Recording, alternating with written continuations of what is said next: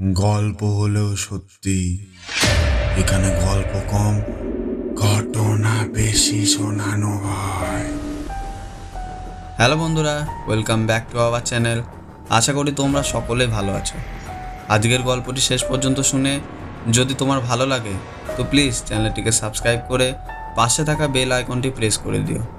আর এরকম গল্প পাঠাতে চাইলে bengalibooth123@gmail.com শেয়ার করো তোমার লেখা সেরা ইউনিক গল্পটি। চাইলে আমাদের ফেসবুক পেজেও জয়েন করতে পারো, ডেসক্রিপশনে সব লিঙ্ক দেওয়া থাকলো। তো চলো বেশি কথা না বলে গল্পটি শুরু করা যাক।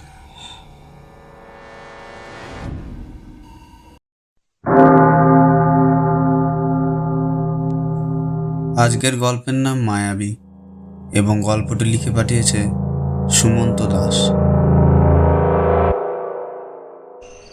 অফিস থেকে বেরোতে যে এত দেরি হবে তা কখনোই ভাবেনি অচিন্ত। প্রায় দৌড়তে দৌড়তে স্টেশন ঢোকে লাস্ট ট্রেনটা ধরার জন্য। প্ল্যাটফর্মে পৌঁছে দেখে ট্রেন ছাড়বে করছে। দৌড়ে একটা কামরায় উঠে পড়ে। হাঁপ ছেড়ে বাঁচে অচিন্ত। লাস্ট ট্রেনটা মিস করলে সমস্যায় পড়তে হতো। অচিন্ত হাজরা কলকাতার একটা ওষুধের কোম্পানিতে কাজ করেন। অনেক দিন ধরে কাজ করেন, মনোযোগ দিয়ে কাজটা করেন, তাই অফিসের ওপরের মহলে তার সুখ্যাতিও রয়েছে। গুরুত্বপূর্ণ কোনো কাজ থাকলে তার ডাক পড়ে। আজ অফিস থেকে দেরিতে বেরোনোর কারণ একটা জরুরি কাজ পড়ে যাওয়া। প্রথমে ভেবেছিল একটি হোটেলে কোনো রকমের রাতটা কাটিয়ে দেবেন, কিন্তু বাড়িতে রেশমি অর্থাৎ বউ একা থাকবে বলে মত পাল্টান এবং বাড়ির দিকে রওনা দেন। আর তাছাড়া সদ্য বিয়ে করেছেন, রেশমিকে ছাড়া তার মন যেন কেমন করে। কামরাটি ফাঁকাই ছিল। অচিন্ত জানলার ধারে একটি সিটে বসল। রাত হয়ে গেছিল তো, তাই আবহাওয়াটাও কিছুটা ঠান্ডা হয়ে গেছিল। ঠান্ডা হওয়ায় কখন যে তার ঘুম চলে এসেছিল তা বুঝতেই পারেনি। ঘুম যে খুব গাঢ় ছিল তাও নয়, তাই ফিসফিসানিটা শুনতে অসুবিধা হলো না। তিনি স্পষ্ট শুনতে পেলেন, অনেক ঘুমিয়েছ, এবার উঠো। এই কথাগুলি শোনা মাত্রই অচিন্তর ঘুম ভেঙে গেল।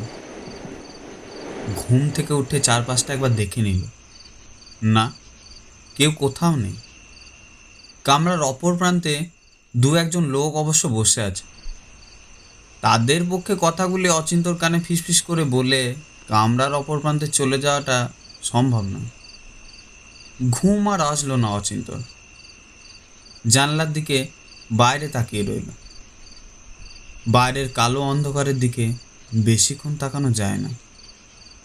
একটার পর একটা স্টেশন চলে যাচ্ছে এবং অচিন্ত ভেবে যাচ্ছে কে তার কানে এসে কথাগুলি বলল। নিজের স্টেশন আসছে দেখে সিট ছেড়ে দরজার সামনে গিয়ে দাঁড়ায়। মন মেজাজ ঠান্ডা করে দেওয়ার মতো হাওয়া। অন্ধকার আর একঘেয়েমি লাগে না অচিন্ত। সে ভাবতে থাকে কখন বাড়ি পৌঁছাবে। স্টেশন থেকে আধ ঘন্টা হাঁটতে হয়। ইস, যদি সাইকেলটা নিয়ে আসতো তাহলে কত ভালো হতো। সাইকেল রাখার জায়গাটি অনেক রাত পর্যন্ত খোলা থাকে। আধ ঘন্টা হাঁটতে হবে বলে অচিন্ত একটু বিরক্তই হয়। রেশমি বহুবার বলেছে যে সাইকেলটা নিয়ে যেতে, কিন্তু তার হয়ে ওঠে না। অচিন্ত ভাবতে থাকে বউ হয়তো তার জন্য অপেক্ষা করছে। অচিন্ত নাওয়া খাওয়া বাদ দিয়ে সে খায় না। এরকম নানা চিন্তা অচিন্তর মনে আসতে থাকে। হঠাৎ অনুভব করে কেউ যেন তার কানের কাছে এসে কথা বলছে। সঙ্গে সঙ্গে ঘাড় ঘুরিয়ে দেখে কেউ নেই, অথচ স্পষ্ট শুনতে পায় কেউ যেন বলল, আমি এখানে ট্রেন থেকে লাফ দিয়েছিলাম। কেউ কি তার সাথে মশকরা করছে? কিন্তু মশকরা করলে এতক্ষণ সে তো ধরে ফেলতো। তাছাড়া কাউকে সে তো দেখতে পাচ্ছে না। কে এখান থেকে লাফ মেরেছিল? এই প্রশ্নের উত্তর সে খুঁজতে থাকে। হঠাৎ তার মনে পড়ে পাড়ারই একজন বলেছিল যে শেষ ট্রেনে নাকি অশরীরী আত্মার উপস্থিতি লক্ষ্য করা যায়। তাহলে কি সেই অশরীর আত্মা তার কানের কাছে এসে কথাগুলি বলে গেল? ধুর, এই বিজ্ঞানের যুগে কেউ ভূতে বিশ্বাস করে নাকি? হয়তো সারাদিন কাজের পর ক্লান্ত, তাই এরকম মনে হয়েছে। আর ভূত যদি থাকতো তাহলে একবার তো দেখা দিতই। সঙ্গে এও ভাবতে থাকে তার মাথার কোনো গণ্ডগোল হয়নি তো। মানসিক রোগীরা অনেক সময় নানা জিনিস শোনে এবং দেখে। এদিকে অচিন্তর স্টেশন চলে এসেছে। ট্রেন থেকে নামার প্রস্তুতি নিতে থাকে। মনে মনে ঠিক করে নেয় সে বড় রাস্তা দিয়ে বাড়ি ফিরবে, শর্টকাটটা ধরবে না। ট্রেনটি স্টেশনে এসে থামে। ট্রেন থেকে যেই নামতে যাবে অচিন্ত তখনই মনে হয় যেন কেউ তার পিছন থেকে ধাক্কা মারে। হুমড়িকে প্ল্যাটফর্মে পড়ে অচিন্ত। হাতের একটি অংশও ছড়ে যায়। প্ল্যাটফর্মে পড়ে যাওয়ার সঙ্গে সঙ্গে পিছনে ঘুরে দেখার চেষ্টা করেছে, কিন্তু পিছনে ঘুরে সে কাউকে দেখতে পেল না। অথচ তাকে যেন কেউ একজন ধাক্কা মারল, সে ব্যাপারে তার কোনো সন্দেহ নেই। অচিন্তর এও মনে হলো যে সে কি নামতে গিয়ে পড়ে গেল। শরীর ক্লান্ত বললে কি সে কি পড়ে গেল? কিছুক্ষণ পরেই বুঝতে পারল চোট ভালোই লেগেছে, হাঁটুর কাছটাও কেটে গেছে। প্ল্যাটফর্মে একটি বসার জায়গা ছিল, সেখানে গিয়ে অচিন্ত বসে পড়ল। হাত পা দুটোই টনটন করছে। সঙ্গে ব্যাগটিতে একটি জলের বোতল ছিল, সেটি বার করে জল খেতে লাগলো। মনে মনে ভাবতে লাগলো, ভাগ্যিস অফিস থেকে বেরোনোর সময় জলের বোতলে জল ভরে নিয়েছিল। বসে বসে ভাবতে লাগলো অচিন্ত যে তার বউ হয়তো তার জন্য বাড়িতে অপেক্ষা করছে। পায়ের এবং হাতের ব্যথাটা একটু কম মনে হতে লাগলে সে বাড়ি যাওয়ার জন্য তৈরি হতে লাগলো। কিন্তু যেই কাঁধে ব্যাগ ঝুলিয়েছে তখনই দেখতে পেল উল্টো দিকের প্ল্যাটফর্মে একজন মহিলা দাঁড়িয়ে রয়েছে। মহিলা মনে হতে লাগলো তার কারণ সে একটি শাড়ি পরে রয়েছে। অচিন্ত উঠে দাঁড়াতে প্ল্যাটফর্মের অপর প্রান্তের মহিলাটি হাঁটতে শুরু করলো। ফুটব্রিজটি সে ব্যবহার করলো না, সোজা লাইন অতিক্রম করে এগিয়ে আসতে লাগলো। অচিন্ত একটু ঘাবড়ে গেল। কী কারণে মহিলাটি তার দিকে এগিয়ে আসছে তা বুঝতে পারল না। একে রাত হয়ে গেছে, তার উপর জোরে হাওয়াও দিচ্ছে। মহিলাটির কথা না ভেবে অচিন্ত প্ল্যাটফর্ম থেকে বাইরে বেরিয়ে যাওয়ার জন্য জোরে হাঁটতে শুরু করে দিল। কিন্তু পায়ে চোট লাগার কারণে বেশি জোরে হাঁটতেও পারছে না।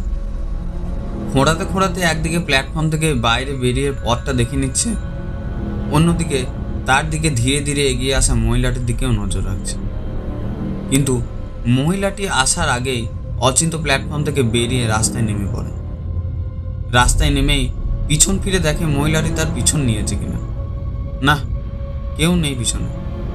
অচিন্তর মনে হয় মহিলাটি বোধহয় প্ল্যাটফর্মে থাকে, হয়তো বিক্রি গোছের কেউ হবে।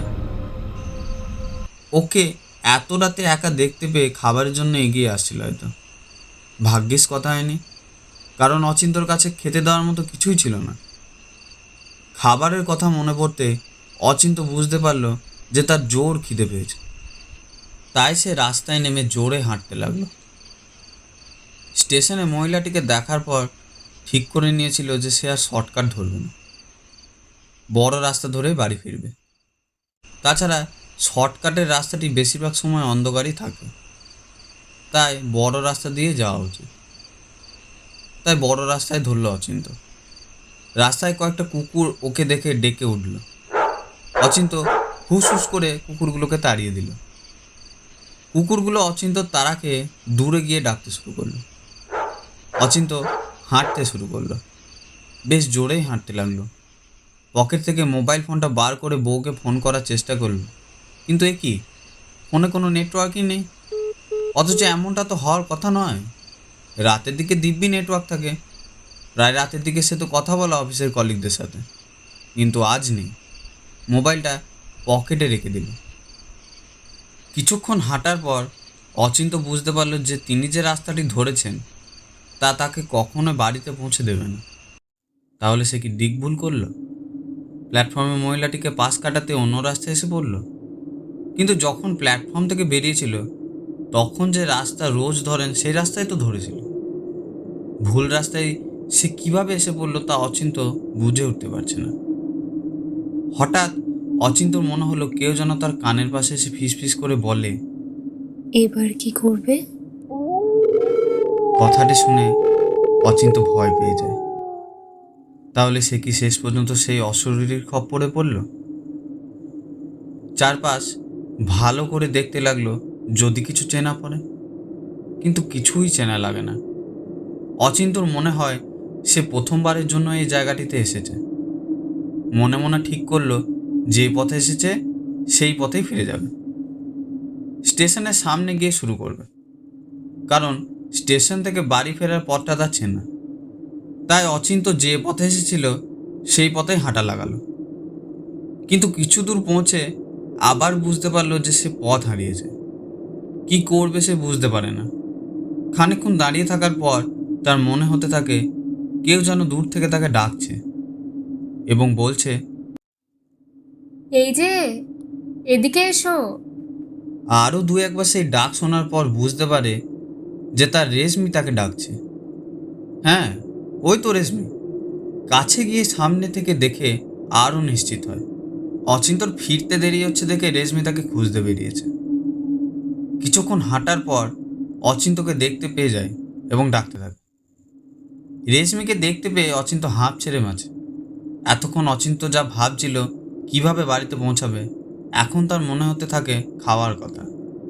খিদে কোনো রকমে চেপে জিজ্ঞেস করে বসে রেশমিকে, বাড়িতে কি রান্না হয়েছে? উত্তরে রেশমি বলে, তোমার প্রিয় চিংড়ি মাছ। চিংড়ি মাছ শুনে আরও জোরে হাঁটা লাগালো অচিন্ত। কি আশ্চর্য, যে রাস্তাটি এতক্ষণ ধরে খুঁজছিল অচিন্ত তা অতি সহজেই পেয়ে গেল। বাড়ি পৌঁছে হাত মুখ ধুয়ে খেতে বসে পড়ল।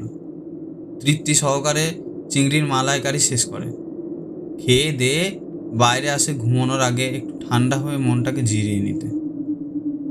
বাইরে কিছুক্ষণ দাঁড়িয়ে দাঁড়িয়ে ভাবতে লাগলো কি কারণে আজ সে রাস্তা ভুল করেছিল।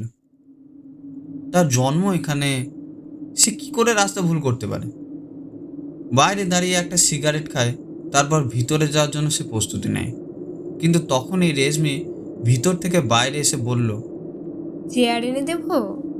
বাইরে কিছুক্ষণ বসবে? অচিন্ত ভাবলো কিছুক্ষণ বাইরে বসাই যাক, সুন্দর হাওয়া বইছে। তাই রেশমিকে বলল চেয়ারটা এনে দিতে তার যদি কোনো কাজে অসুবিধা না হয়। রেশমি চেয়ার এনে দিল। চেয়ারে বসে ভাবতে লাগলো আজ সন্ধ্যের পর থেকে তার সাথে কি কি হয়েছে। ভাবতে ভাবতে অচিন্তর মনে পড়ল যে রেশমির সাথে রাস্তায় দেখা হওয়ার পর থেকে একবারও রেশমি তার সামনে আসেনি। যেটুকু কথাবার্তা হয়েছে তা তো দূর থেকেই হয়েছে। তারপর তার মনে হলো হয়তো কাজে ব্যস্ত, তাই ওকে বেশি সময় দিতে পারেনি। এই ভাবতে ভাবতে অচিন্ত চেয়ারে বসে ঘুমিয়ে পড়ল। ঘুম ভাঙলো ট্রেনের হুইসেলের আওয়াজে। ঘুম থেকে উঠে ভাবে ভোর হয়ে গেছে, কিন্তু ভোর কোথায়? চারপাশে তো নিকষ কালো অন্ধকার। অচিন্ত অবাক হয়ে দেখে যে সে ট্রেনের প্ল্যাটফর্মের একটি চেয়ারে বসে রয়েছে, অথচ তার স্পষ্ট মনে আছে সে কিছুক্ষণ আগেই সে তার বাড়ির বাইরে একটি চেয়ারে বসেছিল। ইতিমধ্যে ট্রেনটি চলে গিয়েছে। প্ল্যাটফর্ম সম্পূর্ণ ফাঁকা, কিন্তু উল্টো দিকের প্ল্যাটফর্মে কেউ একজন দাঁড়িয়ে রয়েছে না। ভালোভাবে দেখার পর বুঝতে পারে উল্টো দিকের মানুষটি আসলে একজন মহিলা। আরে, এরকম একজন মহিলাকেই তো ট্রেন থেকে নামার পর দেখেছিল। সব গুলিয়ে যাচ্ছে অচিন্তর। কিভাবে সে প্ল্যাটফর্মে এসে হাজির হলো তা বুঝতে পারছে না অচিন্ত। এদিকে উল্টো দিকের প্ল্যাটফর্মে দাঁড়ানো মহিলাটি হাঁটতে শুরু করে দিয়েছে। রেল লাইন পার করে তার দিকেই আসছে। অচিন্ত উঠে দাঁড়ালো, হাঁটতে শুরু করে দিল। কিন্তু এবার আর আগের মতন হলো না। অর্থাৎ ওই মহিলাটির মুখোমুখি হওয়া থেকে নিজেকে বাঁচানো গেল না। মহিলাটির অচিন্ত সামনে এসে দাঁড়িয়েছে, শাড়ি পরা, মাথায় ঘোমটা, অবিকল রেশমির মতন কথা, গলার আওয়াজও প্রায় এক। সে অচিন্তর কাছে জানতে চাইল, চেয়ার এনে দেবো? বাইরে কিছুক্ষণ বসবে? কি আশ্চর্য, এই কথাগুলো তো কিছুক্ষণ আগে রেশমি অচিন্তকে জিজ্ঞেস করেছিল। অচিন্ত কি করবে বুঝে পারল না। হঠাৎ দেখল মেয়েটির পা দুটো উপরের দিকে উঠে গেল। এই দৃশ্য দেখে অচিন্ত আর ঠিক থাকতে পারল না, অজ্ঞান হয়ে প্ল্যাটফর্মে পড়ে যায়। জ্ঞান ফিরল পরের দিন সকালবেলায়। দেখল সে নিজের বাড়িতে নিজের বিছানাতেই শুয়ে রয়েছে। রেশমি তার মাথায় হাত বুলিয়ে দিচ্ছে। সুস্থ হয়ে উঠে জানতে পেরেছিল বহু বছর আগে এক মহিলা ওই স্টেশনের সামনে আত্মহত্যা করেছিল। মেয়েটির বিয়ে ভেঙে গেছিল। তারপর থেকে মাঝে মাঝে যারা দেরি করে বাড়ি ফেরে তাদেরকে এইভাবেই ভয় দেখায়। পরে এও জানতে পেরেছিল যে সকালবেলা তাকে অচৈতন্য অবস্থায় প্ল্যাটফর্মে এক হকার দেখতে পায়। সেই লোকজনকে খবর দেয়। এতক্ষণ গল্পটি শোনার জন্য ধন্যবাদ। আমাদের সহযোগিতা করতে চ্যানেলটিকে সাবস্ক্রাইব করে পাশে থাকা বেল আইকনটি প্রেস করে দিও। তো দেখা হচ্ছে পরবর্তী কোনো এপিসোডে। ততক্ষণে ভালো থাকো, সুস্থ থাকো।